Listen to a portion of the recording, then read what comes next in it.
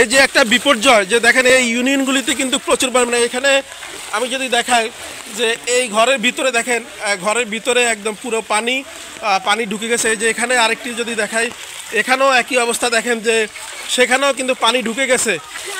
যে চরম একটা বিপর্যয় জনজীবনে এই যে একটা বিপর্যয় নেমে আসা এটি আসলে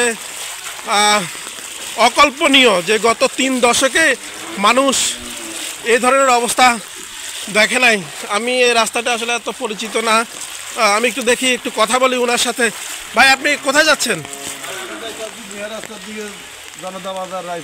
কেন মানে কি জন্য? বাড়িঘরে পানি উঠে গেছে, এখন এগুলি জিনিসপত্র নিয়ে যাচ্ছেন? পরিবারের লোকজনকে নিছেন? আচ্ছা, খাবারের কোনো বন্দোবস্ত আপনাদের আছে কিনা? মানে খাবারের কোনো বন্দোবস্ত নাই।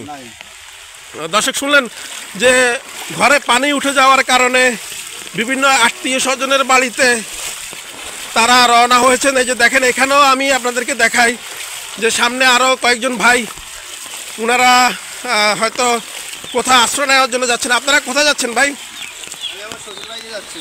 একটু কথা বলি। এই যে দেখেন এই যে মুরগি টুরগি নিয়ে ওনারা শ্বশুরবাড়ি চলে যাচ্ছেন। মানে কেন যাচ্ছেন?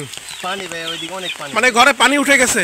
দর্শক দেখেন এখানে অনেক মানুষ তারা এই মুহূর্তে ঘর ছেড়ে তারা কিন্তু চলে যাচ্ছেন বিভিন্ন আত্মীয় স্বজনের বাড়িতে, যেখানে এখনও প্লাবিত হয়নি যে জায়গাগুলো, সেদিকে তারা যাওয়ার চেষ্টা করছেন। এবং দেখতে পেলেন যে আসলে বিভিন্ন যে তাদের যেই গৃহপালিত যে সকল পশু পাখিগুলি রয়েছে তারা সেগুলি নিয়ে এই মুহূর্তে তারা যাচ্ছেন বিভিন্ন আত্মীয় স্বজনের বাড়িতে।